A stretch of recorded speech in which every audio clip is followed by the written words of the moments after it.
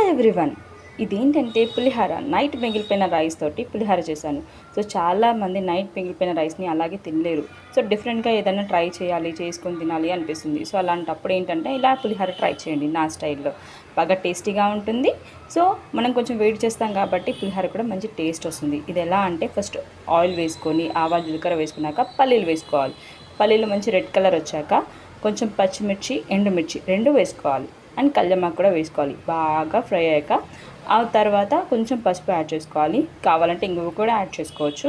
So బాగా mix అయ్యాక పులిహోర కలిపేసుకోవడమే. So నిమ్మకాయ కావాలన్నా నిమ్మకాయ, సాల్ట్, లేదంటే చింతపండు వేసుకోవచ్చు. చింతపండు వేస్తే మాత్రం బాగా మరగనివ్వాలి. ఇదైతే నేను ఇప్పుడు పులిహోర నిమ్మకాయతో చేశాను.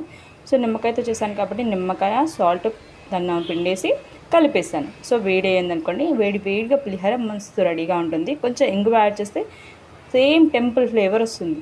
మీరు